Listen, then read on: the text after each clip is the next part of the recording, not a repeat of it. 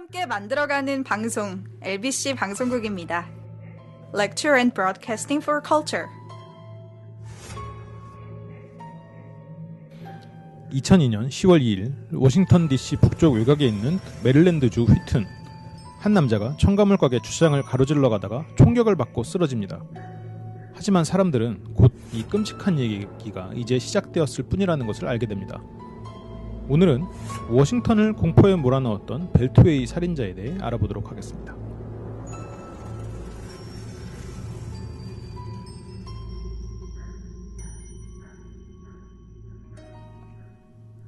안녕하십니까. 연쇄살인 엑스파일 진행을 맡고 있는 철철 교주입니다. 안녕하십니까. 게스트 썰입니다. 네.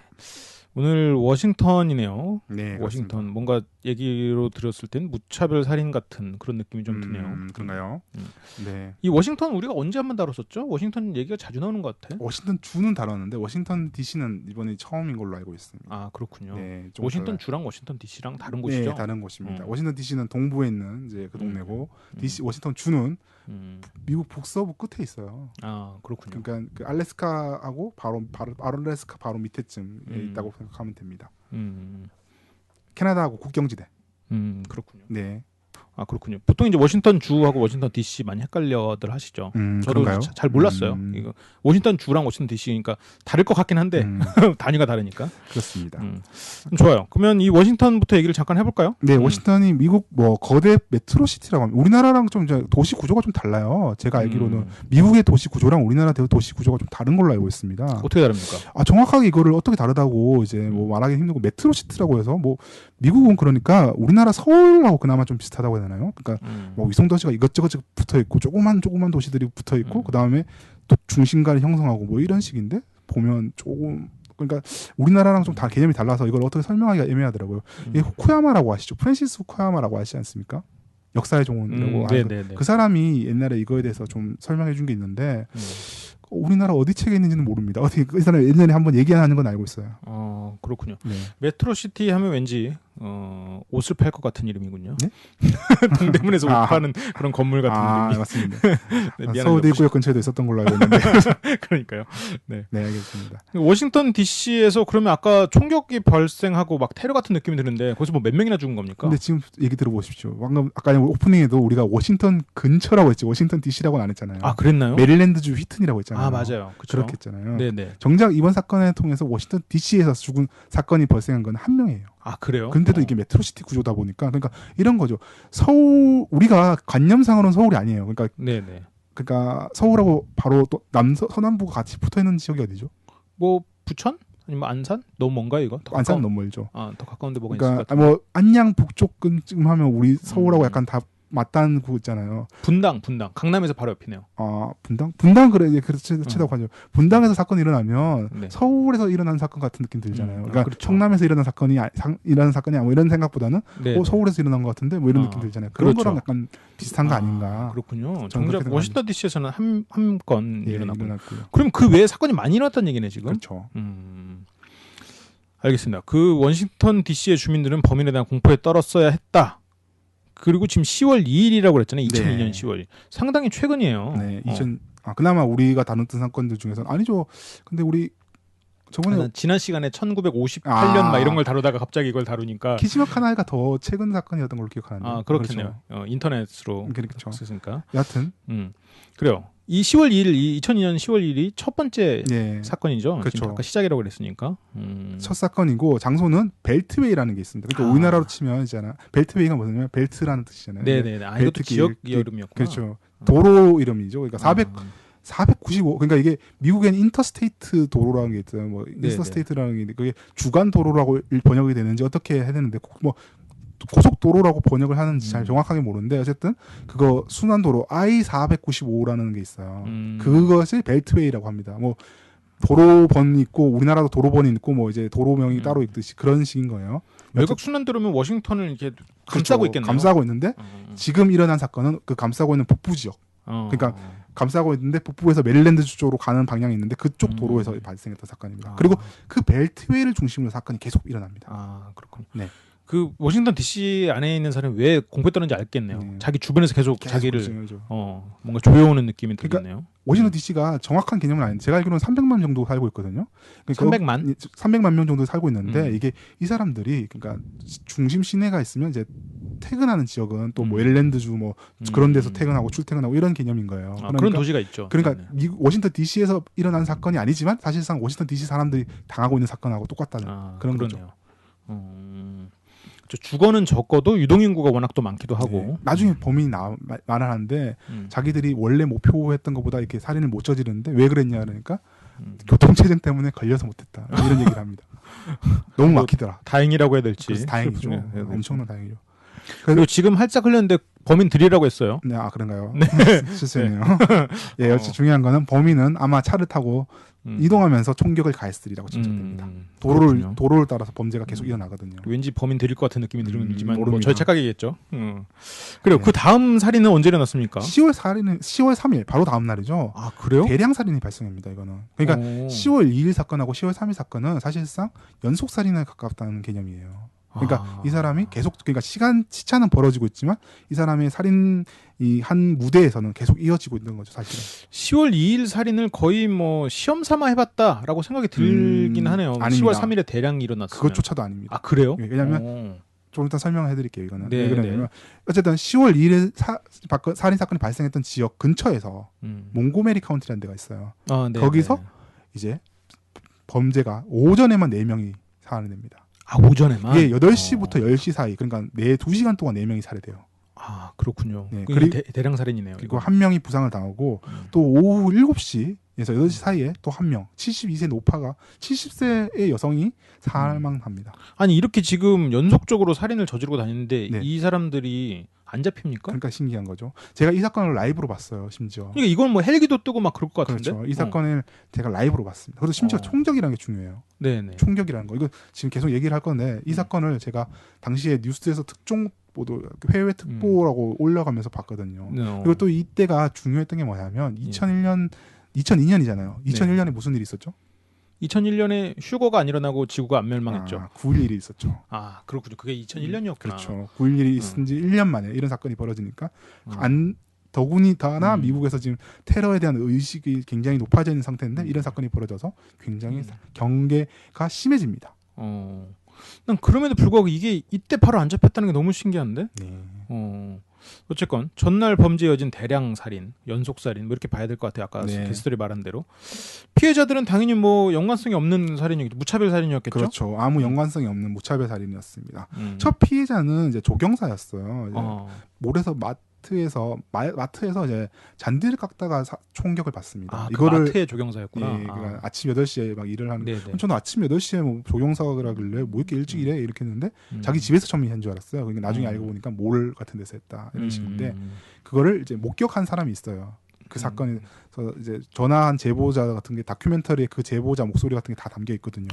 거기서 보면 막 큰일 났다. 지금 사람 다쳤는데 피를 너무 많이 흘리고 있다. 막 이렇게 말을 하고 있고 어디냐, 몰이냐, 집이냐, 어디냐니까 몰인데 몰 주차장에서 지금 그렇게 당했어요. 뭐 이런 식이 있습니다. 이 사람도 총알이 어디서 날아왔는지는 모르지만 총소리는 들은 거예요. 그래서 그렇군요. 사건이 일어났다는 건 알고 그리고 사람은 쓰러져 있고 그리고 31분 뒤 31분 뒤 네, 거의 뭐 인근 30분이네요. 주유소에서 두 번째 희생자가 발생합니다. 역시 총격을 받아 사망을 하죠. 그렇군요. 그리고 나머지 세 명이 더 총격을 받아요.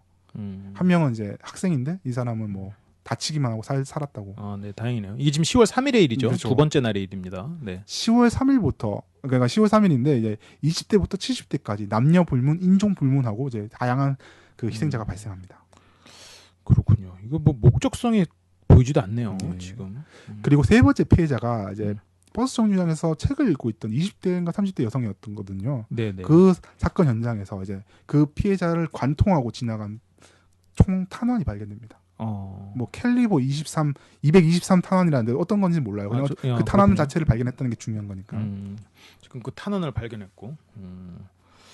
그래도 그 탄환을 발견했으니까 그 총에 대해서 소재를 알 수 있는 거 아닙니까? 그렇죠. 총 같은 게 어떤 총기를 사용했을 것인가 네. 정도에 대해서 그냥 일단 저격총이라는 건 저격소총이라는 건 확신하다는 거죠. 음. 처음에 그래서 굉장히 좀 이건 뭐 뒤에서 얘기할 얘기지만 굉장히 주목했던 것 중에 하나가 어디서 총을 쐈느냐. 그러니까 저격 범위가 도대체 어느 정도냐. 그러면 대충 그 총 그 짐작한 소총으로 따지면 45에서 90m 사이에서 총격을 가했을 것이다. 90m. 네, 45에서 45에서 90m. 90m. 그런데 상당히 솜씨가 좋다. 왜냐하면 총알이 한 발만 쐈어요. 범인이. 그러면 굉장히 저격 능력이 있는 사람이다. 이건. 그러니까 지금 아까 학생이 부상당한 거 말고는 다 지금 그렇죠. 사례를 그냥 두 발씩 쏘고 간 적이 없는 거예요. 한 발만 딱 쏘고. 학생 부상 당한 학생도 한 발 맞고. 그러니까 멀리서 쏘고 이 사람이 죽었는지 살았는지를 확인 안 하고 확인을 할 수 없었는지 확인을 못 하고 갔다는 거죠. 그렇군요. 워싱턴이 아주 그냥 엄청나게 공포에 떨었겠습니다. 그렇죠. 학교 학생들은 뭐 휴학하고 막 그랬겠네요. 휴학까지는 안 했나 봐요. 또 근데 이게 휴교. 야외 활동 일체 금지를 했다. 어. 그러니까 뭐 무조건 교실에서만 있어라. 어. 그런 식이었는가 봐요. 등하교는 또 이제 부모님들이 그때는 직접 와서 이제 애들 데리고 다니고 이랬다고 합니다. 여행객들 역시 길거리 돌아다닐 때 매우 조심하고 이제 버스 같은 거 오를 때 이 사람이 버스를 상대로도 범죄를 저지르거든요. 아 그래요? 그냥 버스 이게 나중 일인데 버스 기사를 쏩니다. 어. 그다음에 그래서 버스 탈 때 막 빨리 들어가 버리고 이렇게 하려고 하는. 아까 정류장에서 기다리던 여성이 또 그러니까 살해당했었죠. 예, 그렇죠. 그래서 주유소 직원도 굉장히 위험하거든요. 왜냐하면 주유소에서 2건의 살인이 벌어져요. 그래서 그러다 보니까 주유소 직원이라든지 고객들도 이제 주유소 찾기가 무서우니까 안 찾고 이러니까 네네. 그것을 위해서 이제 막 방수벽 같은 거 설치하기도 하고 이랬다고 합니다. 그래서 일단 총 막아버라 뭐 이런 식으로. 방탄벽. 방탄까지는 아니고 그게 방탄을 벽에 세우긴 너무 크잖아요. 그게 아니라 방수벽을 어떻게 세운다는 그러니까 거지? 저도 정확히 모르겠어요. 그러니까 뭐 세우는 게 있었나 봐요. 뭐 이렇게 임시 장치 같은 게 있어서 그거를 막아서 이제 일단은 뭐 총이 뭐 막는 건 못하더라도 이제 시야라도 가려보라 뭐 이런 식으로 했나 봅니다. 아 그렇군요. 말로만 설명해 드리니까 이건 뭐 무슨 어떻게 했다는 네네. 거야? 하면서 이렇게. 네 알겠습니다. 잘 모르겠지만 아무튼 뭔가 대책이 있긴 있었네요. 네. 별로 실효성은 없었나 봅니다. 그래도. 네. 그 후로도 계속 지금 범죄가 일어났겠죠? 네. 10월 3일 이후에 언제 또 일어납니까? 10월 4일과 7일 그러니까 다음 날과 한 3일 네네. 뒤죠. 이제 4일 뒤죠. 남부 버지니아주입니다. 워싱턴 남부 버지니아주에서 각각 총격 사건이 발생합니다. 다행히 피해자 두 사람 모두 목숨을 잃지 않았지만 중학생을 대상으로도 총격을 가했다는 점이 좀 끔찍했던 거죠. 그러네요. 이게 지금 저격이기 때문에 어쨌건 피해자를 확인하고 저격을 했을 거란 네. 말이죠. 그럼에도 불구하고 지금 남녀노소로 전혀 가리지 않고 있네요. 이거 근데 이 범인에 대해서 지금 추적이 안 되고 있는 겁니까? 네, 그렇죠. 근데 몇 가지 이제 이때까지 범죄 현상들을 봤을 때, 현황들을 봤을 때 이 사람이 어떤 사람일 거라는 개인적 윤곽을 한번 그려봤습니다. 그 당시에는 일단 아까 전에 말씀드렸듯이 숙련된 저격 수일 확률이 높다. 피해자를 단 한 발만 써서 살해할 수 있을 정도로 장거리 그리고 피해자들이 몰, 주유소, 버스 정류장, 길거리 등등에서 살해되는 걸 봤을 때 범인은 분명히 차 안에서 총을 쐈을 것이다. 그러면 차면 약간 큰 차가 아니었을까? 벤 같은 게 이때 되게 유력한 용의선상에 올라갑니다. 네. 특히 어떤 제보에 하얀색 벤이 이제 범죄를 저질렀다라는 식으로 올라왔었어요. 그래서 하얀색 벤이 집중 그거 조사 대상이 되기도 했습니다. 그리고 벨트웨이를 계속 이동하면서 범죄를 저질렀다는 게 10월 3일 범죄 중에서 한 번은 이제 북부 지역에서 계속 사건이 이뤄지다가 한 번은 벨트웨이를 타고 남부 지역에 와서 사건을 저질러요. 30분인가 1시간 안 사이에. 그러니까 북부에서 총을 쏘던 애가 갑자기 남부에서 나타나서 총을 쏜 거죠. 그러면 벨트웨이를 이용했을 것이다 라는 것이 확인된 거죠. 벨트웨이 차 안에서 지금 저격이 이루어지는 그렇죠. 거네요. 벨트웨이를 타고 이동하면서 어디 뭐 이제 그 한적한 지역이나 이런 데서 총을 쏘고 이런 것 같습니다. 그렇군요. 나는 근데 이게 아까 네. 그 교통 체증 때문에 많이 못 죽였다고 했잖아요. 네. 난 그래서 차가 밀려서 죽일 만한 곳을 못 찾았다라고 순간 생각했는데 지금 생각해보니까 교통 체증이 심하면 그만큼 목격자가 발생하니까 그럴 수도 있겠다는 생각도 좀 드네요. 그러니까 이제 범인이 이게 나 뒷내 얘기지만 미리 장소 같은 걸 선정했다고 해요. 자기가 어디서 범죄를 저지를 거고 거기서 그렇군요. 퇴강로를 어떻게 할 것이다. 뭐 도주로를 이렇게 만들어놨기 때문에 했는데 그것대로 거기 자기가 계획한 만큼 빨리 못 가서 범죄를 못 저지르는 경우도 있었다. 이런 거 합니다. 그렇군요. 혹시 그러면 이게 지금 저격총이면 우리가 그냥 문득 생각하기로 그 레이저 포인터 같은 그렇죠. 그런 걸로 이렇게 좀 노리고 쏘잖아요. 그렇죠. 그것도 사실 그거라도 목격자가 있으면 그걸 보면 어느 방향에서 쐈다는 걸 알 수 있잖아요. 네네. 그러면 거기에 대해서 뭐 이제 현장 조사라든지 이런 게 하면 나올 수 있는데 그것조차 목격자들이 없었던 거죠 처음에는. 그렇군요. 그럼 이거 어떻게 쏜 거지? 그러니까 상당히 먼 거리에서 음. 총 자체 총신이 안 드러나게 그러니까 총에 음. 덮개를 덮어 씌워서 쏘지 않았을까 이렇게 추정을 많이 했다고 합니다. 근데 이게 가능한가 진짜 도대체 누구의 눈 그러니까 이게 숲풀 지역도 없어요. 숲풀이 무성했던 지역이라든지 뭐 옥상 지역에서 이탈하고 가기도 상당히 먼 거리고 예를 들어서 우리 영화에서 보면 옥상에서 총 쏘고 막 예. 가방에 챙겨서 가지 않습니까? 네네. 이렇게 이동 시간이 너무 촉박하다. 그렇죠. 보통 그러면 주인공이 저기다 하면서 쫓아가죠. 그러니까 일단 총이 차 안에서 총을 쏘았다는 건 확실한데 차 안에서 총 쏜다고 해서 이렇게 눈한테 안 드러나고 이렇게 쏠 수 있는 방법이 있나? 그러니까요. 그렇죠. 너무 이상한 그렇죠. 일이네요. 아무리 그 덮개로 덮었다고 해도 그게 어떻게 안 걸릴 수가 있지라는 생각이 드네요. 네. 초장님, 교주님께서는 사실 이 사건 모르시나요? 몰라요. 옛날에 2002년에 이거 한창 이제 외신에 많이 나왔었거든요. 제가 그때 너무 인상 깊게 봐가지고 이 사건을 야 이런 사건도 있구나 이러면서 했었던. 우리는 월드컵에 젖어 있었군요. 끝났죠 이때는. 이때 월드컵 10월이니까. 그러면 제가 이때 실연의 아픔으로 그냥 두문불출하던 시기였던 것 같습니다. 죄송합니다. 괜찮습니다. 좀 울고 말면 되니까요. 네. 네. 아무튼 그러면 이 근처에 뭐 숲이 있었거나 은신 장소 이런 게 아니라 그냥 차에서 쐈을 거 아니에요. 네. 그럼 차도 들통나. 근데 차를 창문을 내리고 쐈을 텐데 네, 그렇죠. 그렇게 안 들 보일 수가 있나? 그러니까요. 그렇죠. 소음총이었나? 소리도 안 나요? 소음총이 소리는 안 날지 않죠? 소리 났던 것 같아요. 왜냐하면 소리를 근데 45에서 90m라고 하면 바로 이제 예를 들어서 피해자를 바로 보는 건 바로 앞에서 사람이 봤을 거 아닙니까? 네네. 근데 그 사람이 못 봤을 거. 그러니까 총이 소리가 어디 났는지는 확인하기가 되게 좀 애매하지 않습니까? 그렇죠. 그런 게 있겠죠. 근데 쏘는 장소에서는 소리가 크게 났을 그러니까. 것 같다는 거죠. 그렇죠. 그러니까 왜 못 보느냐 말이죠. 분명히 봤어야 되는 사람이 나오는데. 그러니까요. 소리는 들렸던 것 같아요. 소리는 분명 들렸다고 알려져 있습니다. 왜냐하면 소리 듣고 보니까 이제 누가 쓰러져 있더라 뭐 이런 식으로 그런 얘기가 많이 들렸거든요. 아닌가? 소음기 이 부분은 정확하게 얘기를 안 해줘가지고 저는 소리 들었다고 알고 있거든요. 그러니까 다큐멘터리 재현 같은데도 소리가 나오는 걸로 들어서 그리고 우리가 소음기 달면 소리 안 들릴 거라고 생각하잖아요. 총 쏘면 실제로 소음기 달면 소리가 꽤 나온답니다. 아 그렇군요. 우리가 막 영화에서 보듯이 휙 이 소리만 나는 게 아니라 의외로 소리가 좀 꽝하고 나온답니다. 그렇군요. 우리가 총은 많이 쏴봤어도 소음기는 그렇죠. 달고 쏴본 적이 없으니까 다룰 일이 없죠. 그렇죠. 그리고 이렇게 적용용 총에도 소음기를 다나요? 달 수가 있나? 모르죠. 우리가 또 적용용 총은 또 안 써봐가지고. 근데 우리가 보통 다루는 보통 총이 사정거리가 1000m잖아요. 맞나요? 아니지 않나요? 1000m나 되나? 그게 실제로 쏘면 그렇게 안 될 거야. 근데 그러니까 이론적으로는 그렇다고 아니 하더라고요. 예전에 우리 군대에서 사격 연습할 때 제일 먼 게 250m 아니었나요? 제일 먼 건 그런데 그러니까 이론상의 사거리는 가는 거야 뭐 몇 킬로가 하는데 그렇다고는 하더라고요. 그러면 그것도 적용용 총 아닌가? 정확하게 맞추기는 힘들죠. 그렇죠. 그래요. 뭐 혹시 이 범인의 다른 특성 같은 거 없나요? 범인이 범행 현장에 타로 카드들을 여러 개랑 놔뒀다고 합니다. 총을 쏘는 위치에다 놓은 거지? 그러니까 정확하게 모르겠어요. 그게. 총을 쏘는 위치에 놨겠지. 총을 쏘는 위치를 넣지는 않은 것 같아요. 왜냐하면 그러면 자기가 행적들이 발견되는 거잖아요. 그러니까 사건 현장에 슬리고 갔다든지 뭐 이런 식으로 했던. 그것도 이상하다. 그 근처에서 예를 들어서 그 근처 지역에 아무 때나 이제 넣든지 이런 식으로 하지 않습니까? 그걸 어떻게 두 개를 매칭시킬 수가 있지? 그러니까 딱 보면 아는 거죠. 이제 그 사건에서 발생한 지역을 인근을 다 수색할 거 아닙니까? 네네. 근데 그 지역에서 예를 들어서 한 장의 타로 카드만 나왔으면 뭐 그렇게 하는데 각 지역마다 타로 카드가 나온다는 거죠. 그러면 이때부터 이제 뭔가 있다 이렇게 할 수 있죠. 어쨌든 그 타로 카드가 발견했는데 그 타로 카드 중 한 장은 이런 내용이 있는 겁니다. Call me God. 범행을 통해 자존감을 얻으려는 범인의 모습을 볼 수가 있는 거죠. 그렇군요. 이 타로 카드가 물론 이제 이게 연관성이 있으니까 이런 식으로 말씀을 하는 것 같긴 하지만 만약 내가 이 수사 과정에서 입장이었으면 이 타로 카드는 배제하고 수사했을 것 같긴 해요. 근데 타로 카드를 통해서 뭔가 얻을 수 있는 건 없었죠, 사실은. 그냥 이제 뭐 이 범인이 이런 애구나 뭐 이런 식으로 했을 거다 뭐 혹은 교장님 말씀 맞다나 다른 사람이 썼을 수도 있고 그리고 타로 카드를 뭐 아예 조사했을 거예요. 왜냐하면 모든 지푸라기를 잡는 심정이었으니까. 그렇죠. 그러니까 뭐 타로 카드 재질이라든지 뭐 지문이라든지 이런 거 다 채취했을 것 같아요. 여튼 또 다른 타로 카드 한 장에서는 당신의 아이들은 언제 어디에 있든 안전하지 않다라는 내용이 있습니다. 이게 당시에는 사회 도시 전체가 뒤집어질 거가 내용이니까 공개를 안 하긴 했었어요. 그렇군요.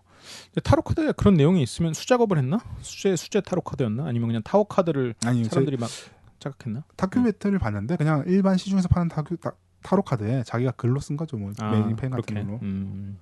뒷장에다 이제 call me God 뭐 이런 식으로 한 거죠. 그렇군요. 이게 지금 2002년, 예. 2001년 9.11 테러부터 1년 지난 시점이었으면 알카에다도 그 용의선상에 올랐겠네요. 그렇죠. 저는 그 사건을 이제 뉴스로 신문으로 봤을까요? 신문에서 뭐 알카에다 연루 가능성 뭐 제기 뭐 이런 식으로 하더라고요. 그래서 진짜 알카에다들이 이렇게 온 건가 뭐 이런 생각도 했었죠. 그 당시에는 연쇄살인 이런 거에 전혀 관심이 없었을 테니까. 그렇죠. 이때를 기점으로 해가지고 그 많은 영화들이 이런 그 알카에다 쪽 그런 류의 사람들을 악으로 많이 규정을 짓죠. 아이언맨에서도 그렇게 되잖아요. 근데 그 전에는 무조건 소련이었거든. 9.11인가 뭐 그렇죠. 그렇죠. 9.11이 충격이 컸으니까. 아무래도 이제 그거에 대한 공포가 있는 시절이었으니까. 근데 이렇게 말하는 거 보니까 알카에다가 범인은 아닌가 봐요. 네. 계속되는 범죄 봅시다. 알카에다랑 연관이 있습니다. 그래요? 네. 굉장히 또 흥미로웠네. 네.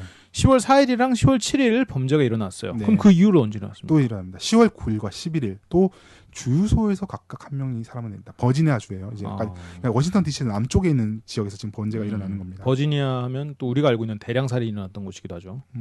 그런가요? 버지니아 텍에서 그 대량 그렇군요. 살인이 일어났던 그 곳이기도 하죠. 그건 언제였죠? 그건 이것보다 전이었나? 훨씬 후죠. 훨씬 후인가요? 네. 그렇군요. 아무튼 10월 9일, 11일 버지니아주의 주유소에서 한 명씩 죽었네요. 그리고 14일에 이제 알링턴이라는 곳이 있어요. 그 알링턴 국립묘지로 유명해져 있는 공간이죠. 그 동네에서 FBI에서 일하던 분석가가 총격을 받고 사망을 합니다. 그래요? 네. 알고? 꼭 그런 것 같진 않아요. 그렇죠. 그럴 리는 없을 것 같긴 한데 우연의 일치겠죠. 네. 그리고 10월 19일 버지니아주 또 다른 동네에서 이제 한 미수 사건 총격이 받았지만 그 피해자가 이제 다행히 목숨을 잃지 않은 사건이 벌어지고 22일입니다. 첫 범행 지역 인근에서 다시 버스 운전수 기사가 한 명이 총격을 받고 사망합니다. 아까 말한 그 네. 버스가 이거군요. 네, 그렇죠. 야, 지금 벌써 20일째 거의 10명이 죽고 이제 6명인가 3명이 부상을 입은 걸로 알고 있습니다. 제가. 엄청나네요. 이건 이렇게 하는데도 안 잡혔다는 건 정말 신기한 일인데 네. 대체 어떻게 체포가 됐을지 정말 궁금합니다. 이건. 네. 결정적인 사건이 하나 있어요. 범인들은 사건이 일어난 후 종종 경찰에 전화를 해서 조롱을 했다고 합니다. 그래요? 뭐 제가 이거 다큐멘터리에서 잠깐 당시 녹취 기록을 그 녹음 방송을 봤는데 네네. 뭐 말하지 마, 아무 말도 하지 말고 내 말만 들어라 뭐 이런 식으로 얘기를 막 해요. 그 사람 목소리가 나옵니다. 같은 해 근데 9월 21일이에요. 제가 10월 2일 사건 전이죠. 거기서 한 메릴랜드 제외 한 지역에서 주류 판매점이 있었거든요. 거기서 강도 사건이 발생합니다. 이 중에서 2명이 사망하고 1명이 부상을 입는데 이것도 우리가 저지른 건데 이런 식으로 범인이 이제 합니다. 그러니까 우리가 중요해요. 2명이 죽었다고요? 예, 2명이 죽고 1명이 죽은, 1명이 다친 그 강도 사건이 발생했는데 그 강도가 몇 명이었는데요? 3명이었는데? 모르죠. 그건 모르고. 그러니까 자기들이 이제 점원들하고 손님을 죽였던 거죠.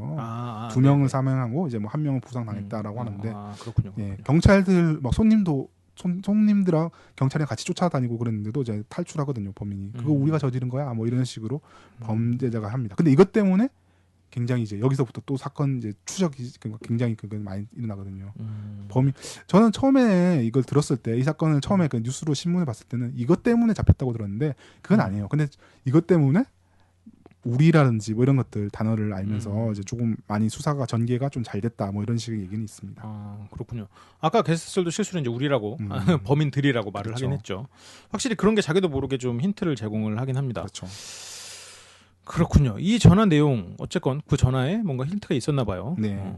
그리고 그거 이외에도 지금 뭔가 목격자들이 뭔가 있을 것 같은데 그게 없다는 게 난 너무 이상한데. 이 사건이 죄송합니다. 네네 괜찮아요. 이 사건이 이제 전국적으로 떠들어지면서 이제 각종 제보가 쏟아지는데. 그래요? 예. 10월 23일이에요. 네네네. 경찰들 마지막 총격이 일어난 다음 날이네요, 바로. 다음 날인데 10월 23일 그 경찰은 범인들이 쓴 것으로 추정되는 워싱턴 주예요 이번에는. 네네. 워싱턴 주에 타코마라는 동네가 있는데 거기서 사격 연습장을 찾아냅니다. 그러니까 우리가 생각하는 사격 연습장이 아니에요. 그냥 그게 아니라 그냥 일반 미국에는 그냥 숲풀 같은 데서 영화 보면 나오죠. 그런 거 그냥 빈깡통 세워놓고 거기서 총 쏘듯이 하는 거 그런 곳에서 사격 연습장. 이거 범인이 썼던 장소 같다. 왜냐하면 뭐 탄환이라든지 이런 것들이 있으니까. 그렇군요. 뭔가 브루스 윌리스가 그 악당으로 나오는 영화가 있었는데 거기서 자칼이었네요. 맞아요. 자칼에서도 그런 데서 연습을 하죠. 또 그와 관련돼서 한 남자가 자신의 친구가 좀 이상하다 이런 유형이 그런다. 군대에서 저격수를 했었고 이제 전역하고 살고 있는데 지금 떠돌이 같이 살고 있는 사람이 있다. 걔가 좀 이상한데라는 식으로 이혼한 아내한테 또 총기를 들고 가서 협박을 한 적이 있다. 뭐 이런 식의 얘기를 해준 적이 있습니다. 이런 제보가 들어옵니다. 아 그렇군요. 네. 또 다른 제보가 있었나요? 아니요, 결정적인 제보가 나옵니다. 아 그래요? 네. 23일 밤이에요. 한 통의 제보가 들어오는데 한 트럭 운전수가 자신이 이제 있는 동네에 이제 뭐 주차장에 한 대의 수상한 자동차가 있다. 아까 흰색 벤이었나요? 아, 예, 그렇죠. 흰색 벤이었는데 전혀 다른 검은색 시보레입니다. 아 그래요? 시보레인데 저 주차가 좀 이상하다. 좀 이상하니까 한번 알아보시더라고 전화를 해요. 근데 그 차량의 주인이 존 무함마드라는 사람입니다. 근데 경찰이 이미 알고 있어. 존 무함마드라는 사람이 있다는 건 알고 있었어요. 그 사람이 그리고 검은색 시보레를 사고 있고 뭐 번호판이 얼마나 먹은 것도 알고 있었고 이 사람의 차량이 사건 현장에서 자주 목격됐더라. 범행에서 사건 무렵에 그 사건 현장 근처에 있었다. 몇 번 있었다라는 걸 확인한 적도 있어요. 그럼에도 불구하고 아까 말씀하신 하얀색 벤에 집중하는 바람에 이 사람은 그냥 일단 배제하자 뭐 이런 식으로 됐던 거예요. 그랬구나. 그럼 이게 지금 우리가 범인에 접근한 거군요. 그렇죠. 존 무함마드가 지금 범인이라는 얘기네. 그렇죠. 곧 FBI가 출동해서 스와팀하고 다 옵니다. 그리고 우리가 진짜 영화에서 보듯이 나오는 그 스와팀하고 안전 구조대 뭐 이렇게 다 와서 이 사람을 체포합니다. 자고 있었어요 차에서. 자고 있던 존 무함마드와 그의 동료인 리 말보라는 사람을 체포합니다. 2명이요? 예. 그렇군요. 아까 처음에 이제 저격을 잘한다 했을 때 뭔가 군인 출신이 아닐까 생각을 했었는데 알카이다가 뭔가 연관되는 그런 이름이긴 하네요. 꼭 그런 건 아니고 이제 중요한 차량을 어쨌든 체포를 하면서 차량 수색을 하는 결과 어떻게 됐냐면 이제 빌밀이 밝혀지는 거예요. 저도 이거 처음에 신문에서 봤을 때 이래 정말 기막힌 인간들이 많구나라는 건데 그 차 뒷좌석 있지 않습니까? 네네. 뒷좌석하고 이제 트렁크 있잖아요. 네. 그 연결되는 부분 있잖아요. 사실은. 네네네. 근데 그걸 막고 있는 게 뭐 차 철판 같은 거 막고 있지 않습니까? 그 철판을 뜯어낸 거예요. 그래서 자기가 차에 있으면서 자기 차 안에서 트렁크로 들어오 숨을 수 있는 거고 트렁크에 총기를 이제 할 수 있도록 그러니까 그 총안이라고 하죠. 이렇게 총안이라고 해서 이렇게 구멍 뚫어 놓고 거기서 총을 쏜 거죠. 여태까지. 아 그렇구나. 그러면 분명히 이제 소리도 어느 정도 좀 들려도 그러니까 확인할 수 없는 방향으로 그렇죠, 그렇죠. 어디서 쏜지 모르지. 근데 차를 세우고 쏘긴 한 겁니까? 그렇죠, 근데 차를 세우고 아무래도 누군가 범인 택해서 봤을 거고 또. 그렇군요. 그런 식으로 범죄를 저질렀군요. 그러니까 못 찾았던 거예요, 그때까지. 그리고 차량에 대해서도 잘못된 정보를 그렇죠. 가지고 수색을 하고 있었고. 처음엔 인종 범죄가 아닌가 생각했었는데 그건 또 아닌 것 같고. 뭐 그렇죠. 아까 뭐 무차별적으로 살인을 했다고. 근데 인종 범죄는 맞습니다. 약간 인종 범죄 그래요? 의도는 있었습니다. 그러니까 인종 범죄 의도는 있는데 인종 범죄는 또 아니야. 그러니까 좀 이상한 거죠. 가문성 정신병 같은 느낌이 좀 있는데 아무튼 존 무함마드와 아까 리 말보 맞나요? 예. 두 사람 나이를 제가 얘기 안 해줬죠. 네. 존 무함마드는 체포 당시에 우리 나이로 43세였습니다. 근데 리 말보는 18살이었어. 약간 과장해서 지금 노인과 바다 같은. 노인과 바다 그렇게 되나요? 아니 농담입니다. 리 말보는 그러면 약간 조수 같은 느낌이었나요? 그렇죠. 아마 운전을 했을 것 같죠.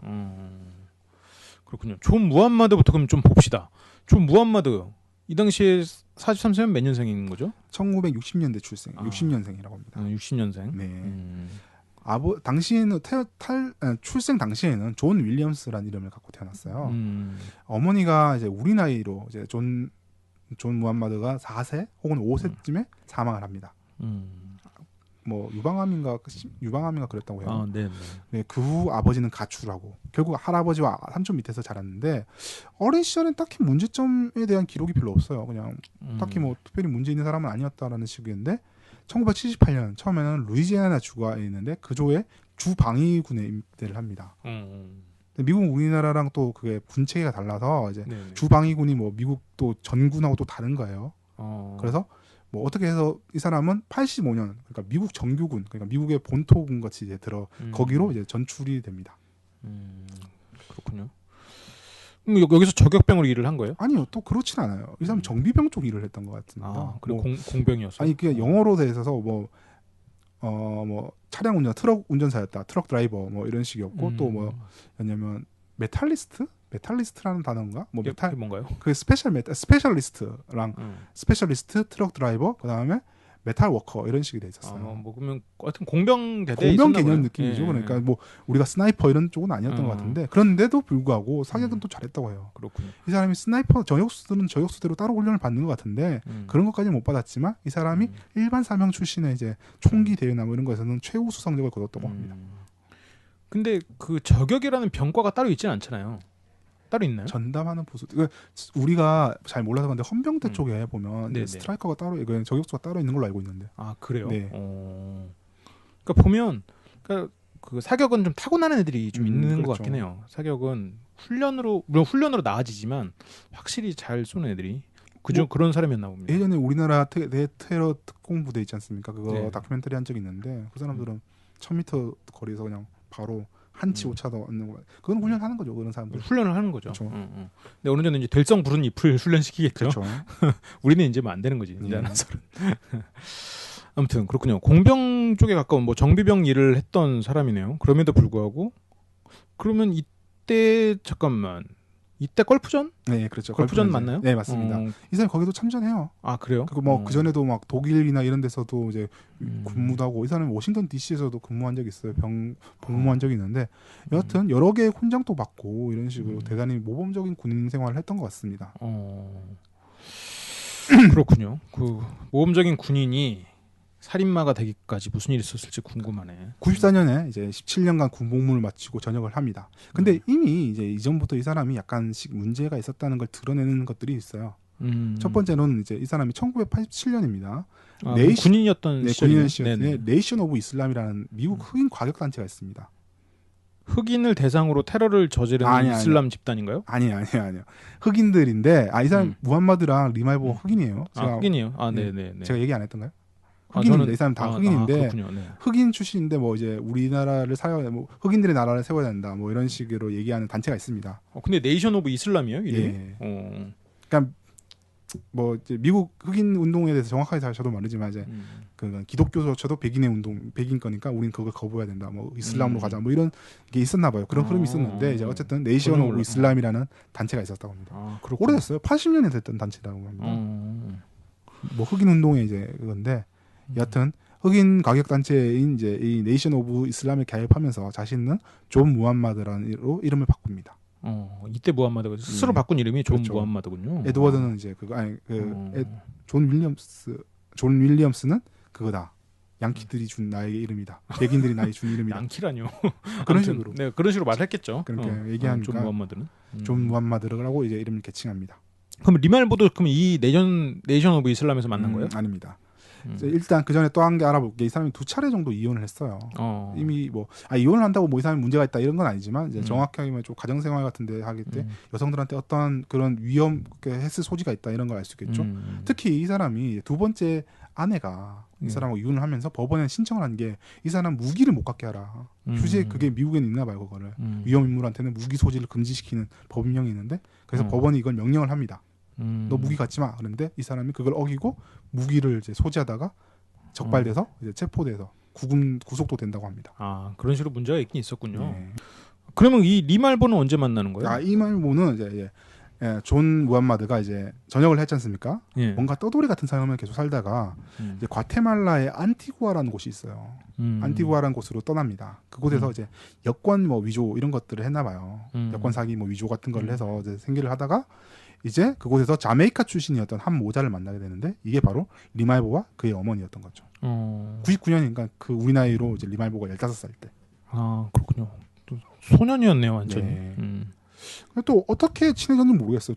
처음에 이거에 대해서 제가 설명해 준 데 잘 못 봤거든요. 존 무함마드랑 이제 리말보 어머니가 뭐 연인 관계가 돼서 리말보를 아들처럼 받아들였나 뭐 그런 쪽인 줄 알았는데 그것도 아닌 것 같아요. 어쨌든 리말보 어머니는 뭐 얼마 안 있어서 세 사람이 만난 지 얼마 안 있어서 미국으로 불법 입국을 하고 아들한테는 뒤따라 들어오라 이런 식으로 했나 봐요. 내가 뭐 먼저 들어가서 자리를 막아줄 테니까 네가 와라 이런 식이었는데 리말보도 결국 그러니까 리말보를 무함마드에게 맡겨두고 떠나버린 거죠. 그렇군요. 네.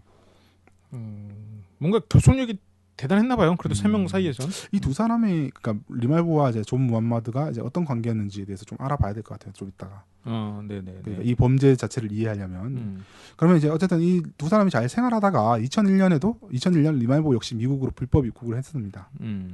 그 2001년 12월인가 11월쯤에 이제 어머니와 함께 불법 체류를 하다가 이제 경찰에 적발돼가지고 이제 체포가 돼요. 그러다가 막대한 벌금을 물고 나왔다고 합니다.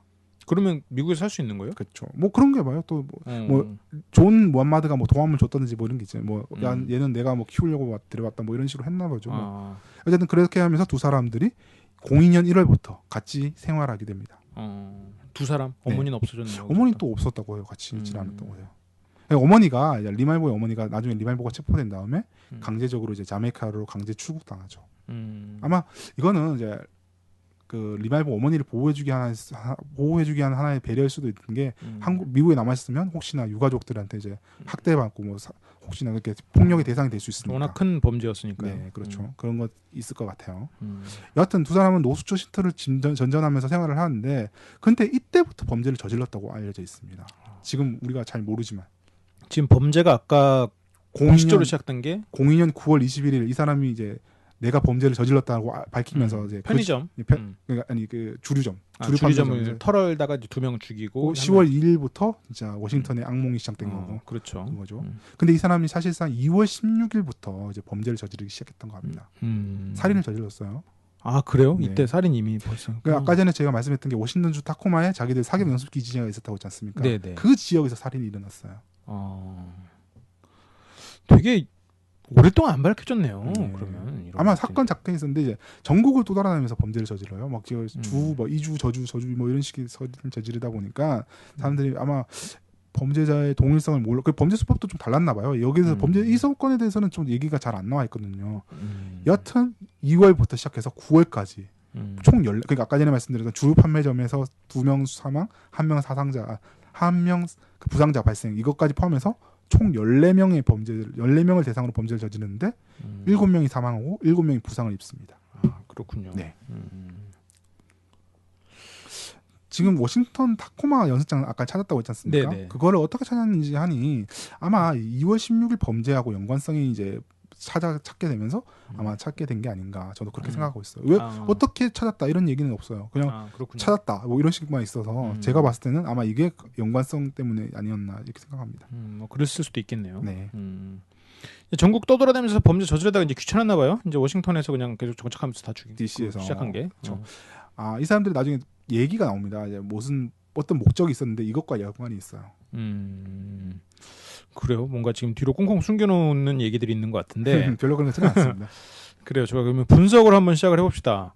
아까 교수님께서 말씀하셨던 이제 감흥성 정신병 관련해서 얘기인데 이제 저는 좀 생각이 좀 다른 게 이제 리말보 등의 장학백을 보면 확실히 무함마드가 우위에 있고 그 리말보는 그냥 아주 하수인 집단인 전형적인 이제 살인 집단, 살인 커플의 성격이 드러나요.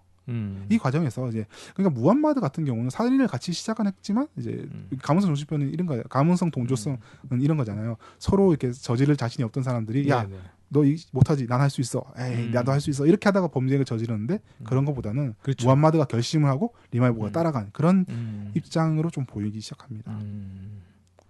그리고 리말보 입장에서는 그 무함마드가 되게 신처럼 보였어요. 영웅처럼. 이 부분은 저도 제 생각을 해서 아까 딜을 했는데 뭐 이거 얘기하시죠. 어떻게 생각해요? 그래요? 아니 이건 제 생각인데 예. 그냥 리말보 같은 경우에는 그 국가에 대한 분노가 굉장히 극단에 치달았을 상황이잖아요.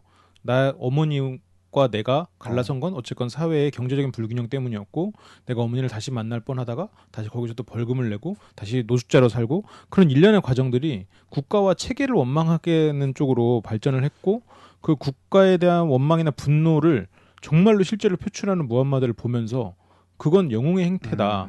부조리에 맞서는 영웅처럼 보였지 않았을까라는 생각이 들어요. 예, 저는 뭐 그런 이 사람은 리말보는 자메이카 출신이니까 왜 자메이카에 안 하고 여기서 하냐 이렇게 할 수 있지만 어쨌든 비슷한 내용인데 저는 이제 리말보가 어쨌든 아버지가 부재한 상황이라고 보이거든요. 이 상황에서 이제 존 무함마드의 뭐 어긋된 잘못된 생각이지만 이 사람이 굉장히 뭐 혼자서 일대 다수 사회를 상대로 하는 이런 모습이나 이런 것에서 아버지적인 모습을 본지 않았나 리말보가. 그래서 리말보가 존 무함마드의 충실한 이제 부하가로서 남지 않았나라고 생각하는데 또 뒤에 또 얘기들이 좀 있습니다. 이걸 관련해서. 그렇군요. 네. 그래요. 어쨌건 살인 집단의 전형적인다라고 지금 썰은 이렇게 내용을 좀 정리해 놓은 것 같은데, 네. 그렇군요. 리말보가 어쨌든 하수인이다라는 얘기를 하고 있는 거죠. 그렇죠. 원래 살인 2명이 이상의 살인자 집단이 생기면 이제 약간 그런 게 있습니다. 상하관계가 발생해요. 주범이 있고 이제 종범이 있고 이런 뭐 가끔씩 이제 완전히 서로 독립된 대등한 관계에서 벌어지는 범죄자들도 있긴 한데 기본적으로는 상하관계가 나는데 존 무함마드와 리말보는 뭐 경험이라든지 나이라든지 모든 면에서 완벽한 상하관계를 갖추고 있는 그런 그렇죠. 집단이었죠. 근데 아까 네. 그 알카에다랑 관계가 있다고 그랬잖아요. 네. 근데 지금 여기서는 관계가 아직 없는 것 같은데. 예, 사실 없어요. 사실 없고 뭐냐면 리말보 자체가 존 무함마드 자체가 오사마 빈 라덴을 동경했다. 그러니까 근데 정작 오사마 빈 라덴은 흑인도 아니에요. 그렇죠. 흑인도 아니고. 그러니까 이상한 거죠. 자기가 오사마 빈 라덴처럼 이슬람 테러를 저질러야 된다 이런 식으로 생각했다고 합니다. 존 무함마드가. 그러기 위해서 근데 이것을 위해서는 자금이 필요하다. 왜냐면 어떻게 하냐면 이제 오사마 빈 라덴이 어쨌든 엄청난 부자잖아요. 네네. 그러니까 자기 병사를 훈련시키고 막 무장시키고 이러려고 하는데 자기도 그렇게 하고 싶은 거예요. 자기 돈이 없다. 그러면 자금을 마련해야 된다. 그러면 우리는 어떻게 해야 될 것이냐? 범죄를 저질러서 마련해보자. 이게 그 존 무함마드의 계획이었다고 합니다.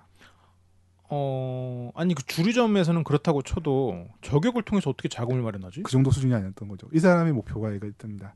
예, 나중에 리말보가 이제 자백을 해요. 존 무함마드는 세 가지 단계의 범죄를 계획했다. 첫 번째가 워싱턴 주에서 범죄를 저질렀는데 매일 6명씩 30일 동안 사망한다. 살인을 저지른다. 두 번째 단계가 다른 주로 옮겨서 이제 볼티모어 대도시 볼티모어로 옮겨서 거기서 이제 똑같은 짓을 한다. 대신 이번에는 임산부도 공격한다. 이런 식이었던 거예요. 그래서 이제 자신들의 공격에 노출돼서 미국 정부가 덜덜덜 떨니까 우리 이제 협상하자. 너희가 돈을 주면 우리는 공격하지 않겠다. 1,000만 달러였나? 1,000만 달러를 주면 우리가 공격하지 않겠다. 뭐 이런 식이었다고 합니다. 정말 무모하네요. 그러니까요. 현실성이 굉장히 없죠. 정말 현실성이 없네요. 그러니까요.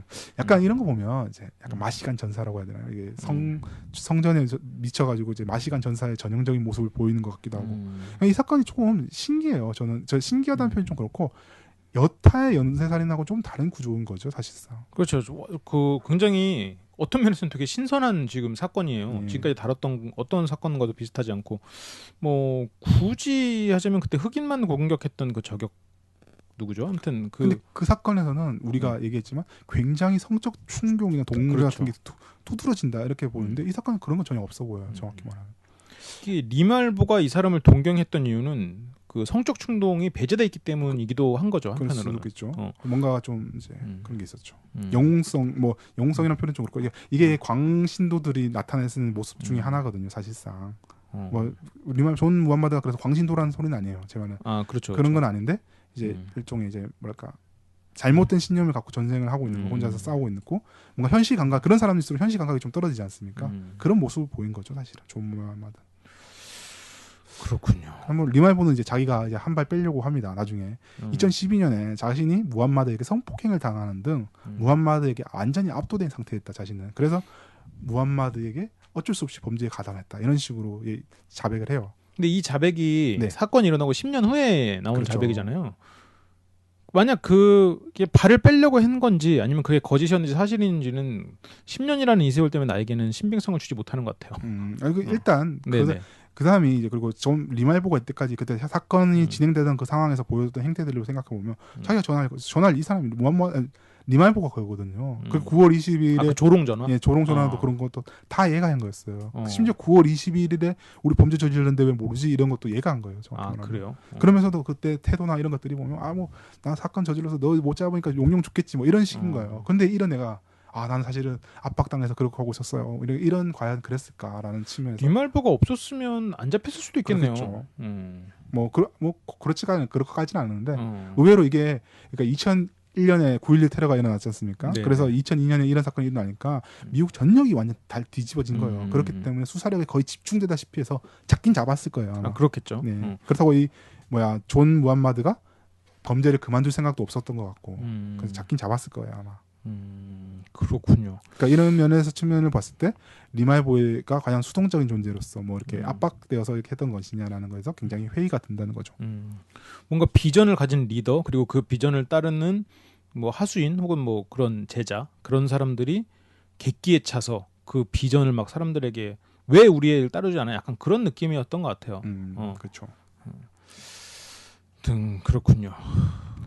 결국 이제 뭐 이건 좀 딴 얘기지만 이제 범행 전 올리버 스톤의 1998년 영화 세이비어라는 영화가 있는데 아십니까? 올리버 스톤 감독은 하늘과 땅 이후로 제가 이 감독 영화를 보지 않아가지고 원초적 본능도 안 보셨나요? 원쇼 분노 봐주니까 하늘과 땅은 그 이후일 거예요. 하늘과 땅? 맞나? 좀 모르겠습니다. 세이비어라는 영화인데 이게 제가 정확한 내용은 모르겠지만 이게 스르비아 내전 그러면 세르비아 유고 내전을 다뤘던 영화 같아요. 뭐냐면 이제 세르비아 병사나 이제 어떤 무슬림 계통이 이제 다리를 건너려고 하면 그들을 저격해서 쏘는 그런 장면이 담긴 영화거든요. 그런 영화를 보면서 자기들의 마인드 컨트롤을 했다 뭐 이런 식으로 얘기가 나옵니다. 그거는 들은 것 같긴 해요. 올리버 스톤 감독이 뭔가 이런 류의 얘기 때문에 곤욕을 치렀다는 얘기는 들은 것 같아요. 아까 말했던 네이션 오브 이슬람도 이제 존 무함마드가 사건을 저지르고 체포된 다음에 너희가 시킨 거지 종용한 거지 이렇게 했다가 우린 관계 없습니다. 일절상 관계 없습니다. 이렇게 했다고 합니다. 그렇군요. 그리고 이건 내가 지금 얼핏 기억이 잘 안 나는데 네. 그 원초적 본능은 폴 버번 감독 아니에요? 맞네요. 올리버 스톤은 올리버 스톤 뭐였죠? 올리버 스톤 감독은 맞다 폴 베어입니다. 그쵸. 아무튼 네. JFK나 뭐 도어즈 이런 난 옛날 영화를 좋아해요. 이 감독 같은. 올리버 스톤 영화 내가 되게 유명한 거 아는데. 최근에 나온 영화는 월드 트레이드 센터 있었고 알렉산더 있었고 이건 요즘에 그렇게 유명한 영화가 없죠? 이 사람도 그건가요? 21세기 들어서 이제 재능이 끝나버린 사람? 아니 그건 아닐 겁니다. 뭐 애니 기본 선데이도 이 사람 영화고 닉슨, 올리버 스톤의 킬러. 모르겠어요. 올리버 스톤의 킬러가 이것도 실제 그 연쇄살인마를 대상으로 했다고는 하더라고요. 그런가요? 그리고 그 전에 나왔던 게 하늘과 땅이네요. 조이 러클러. 아무튼 그렇습니다. 이거 오늘 주제에 큰 영향은 없으니까요. 아무튼 올리버 스톤 이걸로 곤욕을 치렀다는 얘기는 저도 듣긴 들었습니다. 네. 계속 얘기를 해보죠. 결국 존 무함마드는 삐뚤어진 인종과 종교 의식을 갖고 있었던 인물이어서 이제 테러에 가까운 범죄를 사실상 테러에 가깝다고 저는 보거든요. 연쇄살인인데 굉장히 좀 분명 연쇄살인이긴 한데 이제 성적 충동이라는 우리가 일반적으로 다루고 연쇄살인도 물론 다양한 동기가 있고 이러겠지만 성적 충동이 사실상 되게 지배적인 그 동기라고 할 수 있는데 이게 좀 느껴지지 않는 범죄자긴 합니다. 네. 그래서 오히려 테러의 느낌이 더 강하게 느껴져요, 사실은. 이 사람이 근데도 불구하고 이 사람 중에 범죄 동기 중에 하나가 이 사람이 자기 세 자녀를 이제 맡기고 있는 두 번째 부인일 거예요. 아마 두 번째 부인이 양육권을 뺏어갑니다. 네. 그것에 대한 분노, 그리고 자기 부인을 죽여버리겠다 이런 동기도 하나가 있었다고 해요. 이런 대형 범죄 중에서. 근데 부인을 죽이지 않은 이유는 꼬리를 밟힐까봐였나? 그럴 수도 있고. 원래는 백인만 죽이려고 했는데 흑인도 죽었다는. 흑인도 한 2-3명 죽었어요. 그러니까 뭐 흑인을 꼭 안 쏘도 되는데 쏘는 거 뭐 이런 거 보면 꼭 그런 건 없는 것 같습니다. 그렇군요. 그럼 체포가 되고 나서 또 계속 이렇게 자신의 신념에 대해서 굴복하지 않고 그 군대를 만들기 위한 이런 것에 대해서 좀 어필을 했나요? 그런 사람은 아니었던 것 같아요. 막상 체포 뒤에는 이제 죽음이 무서웠던지 이제 굉장한 헛소리를 늘어놓는데 막 검사한테 야, 너는 이 죄 없는 흑인을 죽이려고 하냐 뭐 이런 식으로 비난을 하고 있다거든요. 이게 말도 안 되는 소리지. 그렇군요. 죄 없는 흑인이라니. 리말보는 아까 전에 말씀드렸듯이 아버지 부재 상황에서 기술적이죠. 어쨌든 굉장한 특기 능력을 갖고 있는 그리고 또 뭔가 좀 이상한 신념을 갖고 있어 보이는 이제 무함마드에게 굉장히 그러니까 아까 저는 아버지 상을 받다고 했는데 교주님은 스승의 상을 받는다는 그런 그렇죠. 거. 어쨌든 뭐 자신을 이끌어주는 그런 강인한 남자의 상을 받던 것 같은 거죠. 그래서 이제 가능성이 이게 바로 이제 어쩌면 테러라는 게 바로 이런 것 때문에 일어나는 거죠 사실상. 이런 잘못된 신념을 가진 지도자와 그리고 그것을 따르는 이제 뭔가 그런 상을 보고 이제 지도자 상을 보고 이상한데 감탄을 하는 그런 병사들 이런 것 때문에 테러도 일어난 거죠. 한 발짝 떨어져서 보면 말도 안 되는 일인데 거기에 안에서 서서히 그 신념에 젖어 들어가거나 아니면 어느 한 신념에 동조돼서 다른 것들을 뭐 이런 사소한 희생이야 이렇게 되는 경우는 그러니까 한 발짝 떨어지면 이해가 안 가지만 그 사람들이 이제 그렇게 젖어 들어가더라고. 견고해지고. 아까 전에 교수님께서 말씀하셨던 이제 그 리말보의 이제 내면의 분노이지 않습니까? 그게 예. 굉장히 중요한 요소예요, 사실은. 테러를 할 때. 그러니까 이게 중요한 게 사실은 뭐 불평등, 그러니까 예를 들어서 특히 지금 문제가 되는 게 뭐냐면 미국이나 유럽 일대에 이제 그런 사람들 많지 않습니까? 이제 이주민 출신들 2세대, 3세대들이 막 범죄에 가담하고 이런 경우가 많은데 그 사람들이 사실상 그 사회 자체가 뭐 이게 두 가지 요소가 있어요. 너희가 그러니까 그 주류 사회가 너를 안 받아준 것도 있겠지만 그 사회에 자신들이 안 가는 것도 있어요. 왜냐하면 그 사람들이 가면 자기들이 완전 다 이제 정체성이 붕괴되기 때문에 이걸 두려워해서 자기들끼리만 뭉쳐다니는 이런 요소들이 있거든요.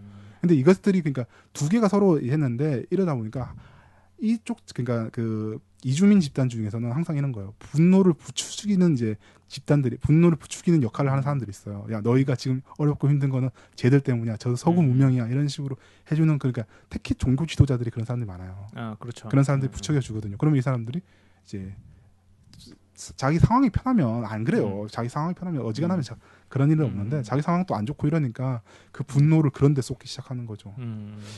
저번에 우리나라에서 갔던 이제 뭐 그 IS에 넘어갔다는 그 친구 얘기도 잠깐 예, 해도 됩니다. 예, 네네네.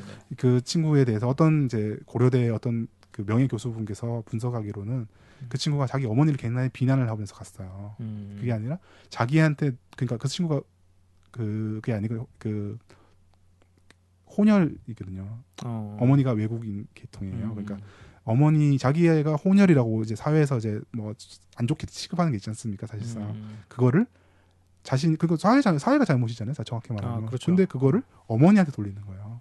어머니 때문에. 그래서 어머니가 싫고 어머니로 대변되는 여자들이 다 싫다. 이런 식에서 그래서 난 IS로 간다. 뭐 이런 식이었던 거예요.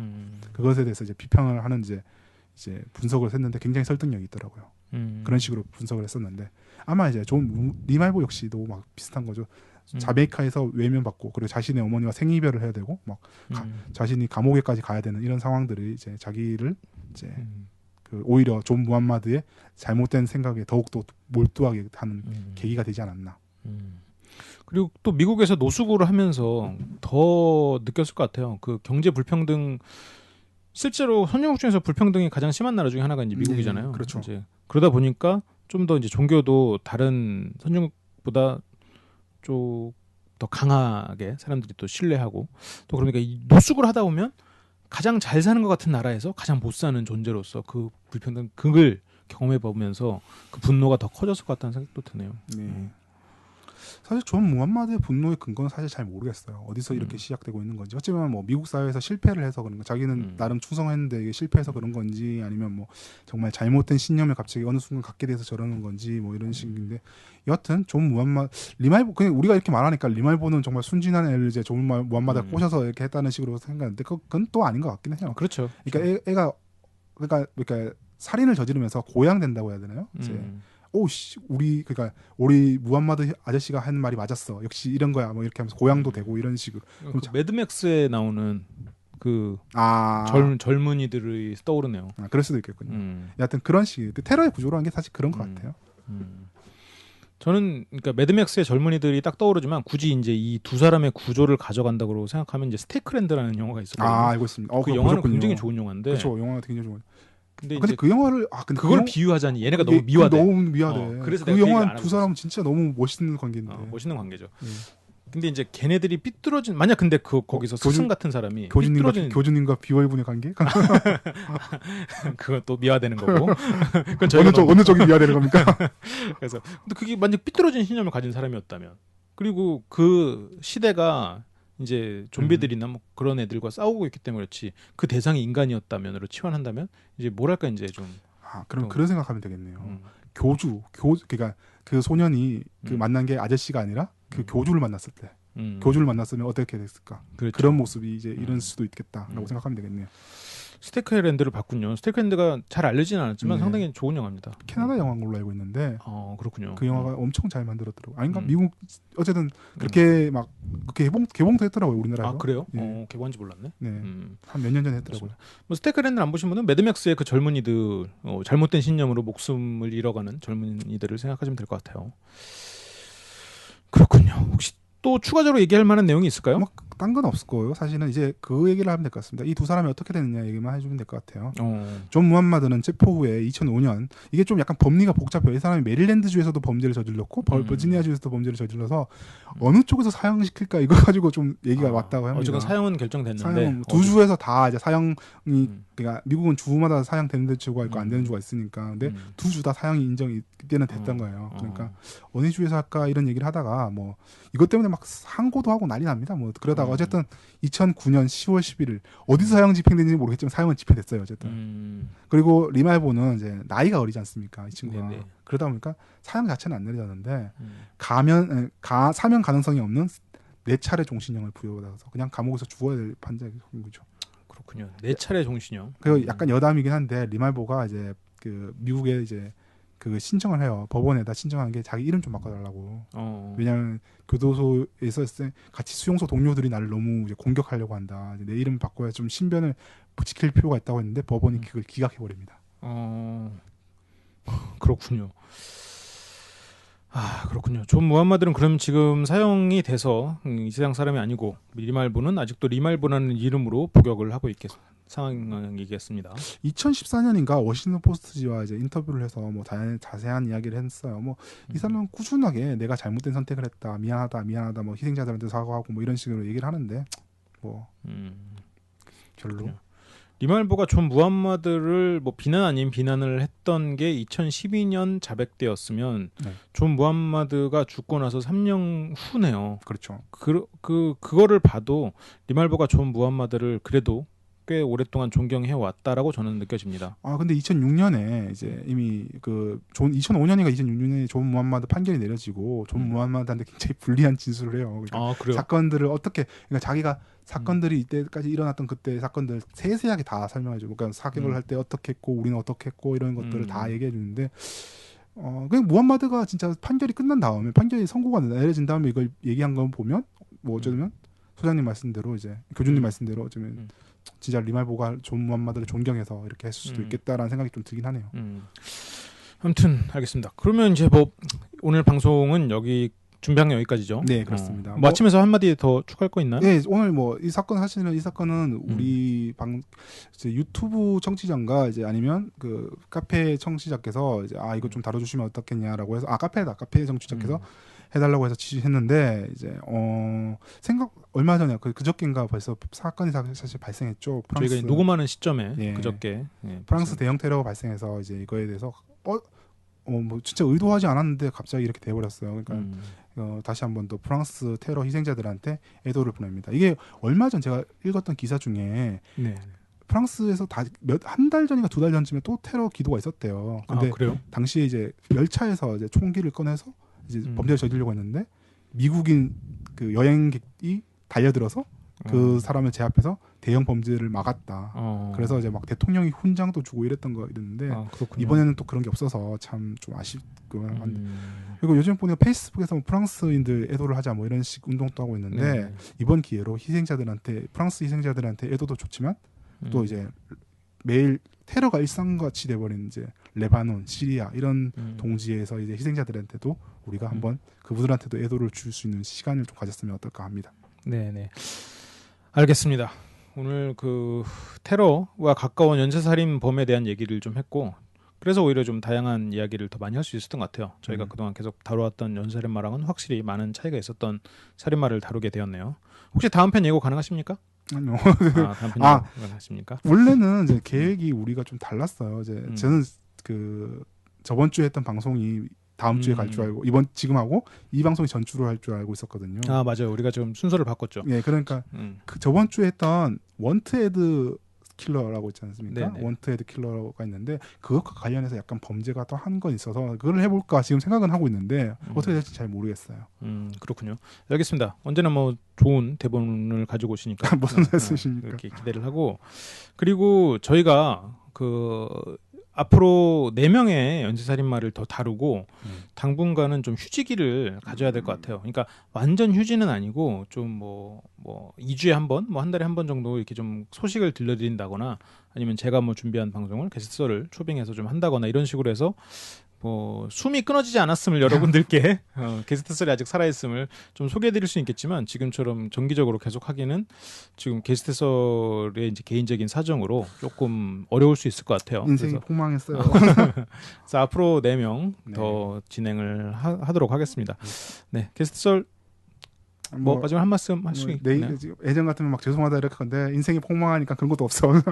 내 인생이 코닥 쑤셨는데 그러면서 이렇게 농담이고 죄송합니다. 이게 제가 진짜 좀 사정이 좀 안 좋게 너무 안 좋게 돼가지고 지금 약간 방송을 어떻게 해야 될지 잘 모르겠는데 뭐 교장님께서 생각하신 그 방안대로 갈 수도 있고 뭐 어쨌든 할 수 있을 것 같습니다. 그래요.